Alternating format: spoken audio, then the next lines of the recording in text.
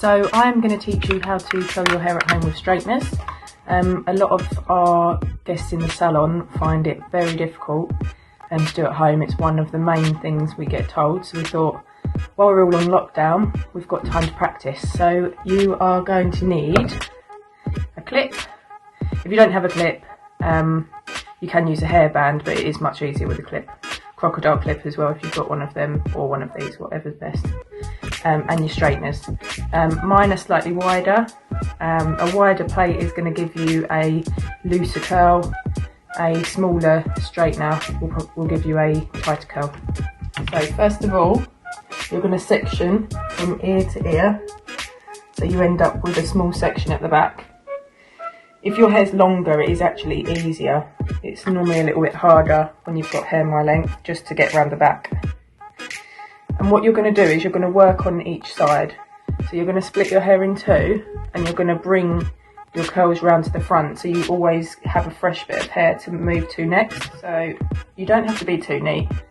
I tend to go above because it's easier.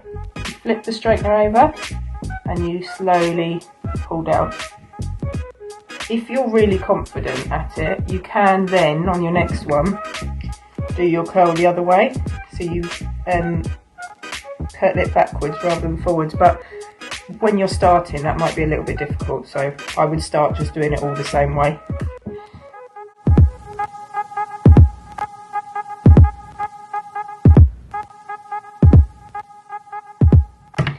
So then move that back to the back of your head. And then I start on one side first. So the smaller section you do, the tighter the curl. The larger section, the looser the curl. So I like my curls quite loose. So I'm going to be doing quite big sections.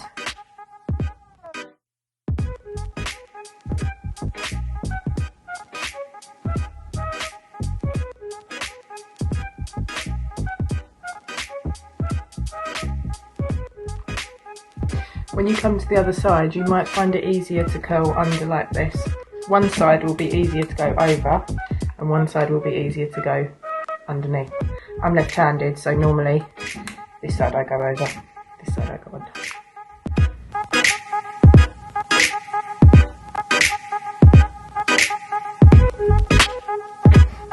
If you find a bit doesn't curl as much as you want, if you go back over it, make sure you go back over it exactly the same way, otherwise it won't curl. So go back the way you just did it, and maybe slow down a little bit more.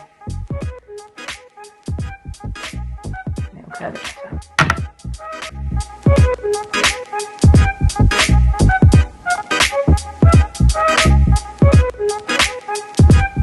If you have a fringe or a side fringe, make sure you leave it till last. Because what you don't want to do is, if you want it wavy, you don't want to create lots of curl in your fringe. You want it to just be flicked back.